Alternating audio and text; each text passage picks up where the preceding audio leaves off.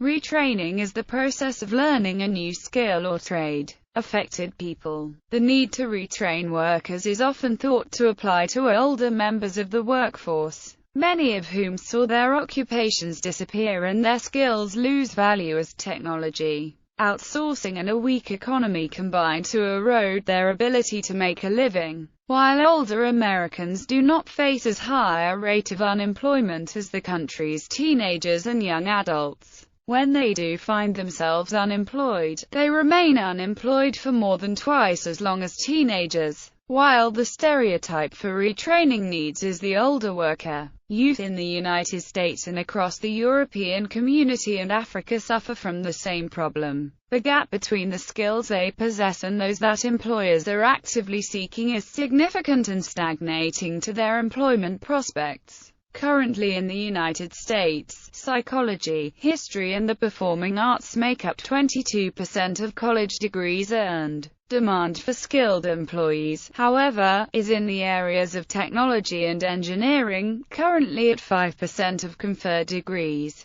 In both Britain and the United States, many people with expensive liberal arts degrees are finding it impossible to get decent jobs, reports The Economist in its April 27, 2013 issue, adding that in Northern Africa, job applicants with degrees face an unemployment level twice that of non-degreed candidates, while technology anxiety and a nervousness about learning new processes and acquiring new skill sets has impacted older workers. Younger job seekers are also facing a deficit of applied soft skills, such as work ethic, social skills, communication and leadership. Policy issues. The need for greater partnership and transfer of information between institutions of higher education is essential in reducing the skills gap for old and young people alike. Expanded internships and post-hiring training can help from the employer's perspective, and upgraded and more authentic technical training will help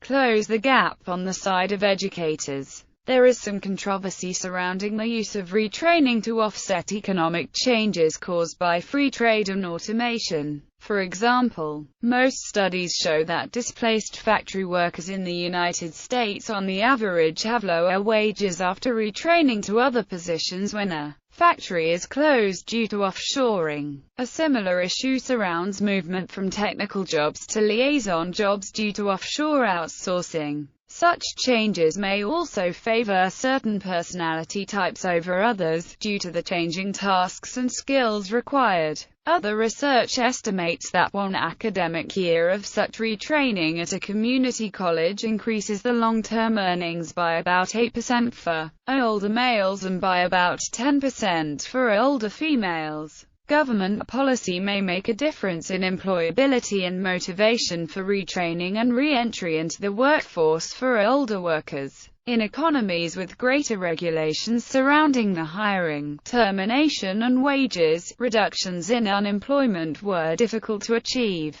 The very groups harmed with continued higher unemployment were those that the regulations sought to protect. Retraining is sometimes offered as part of workfare programs, which may include support for transportation, childcare, or an internship.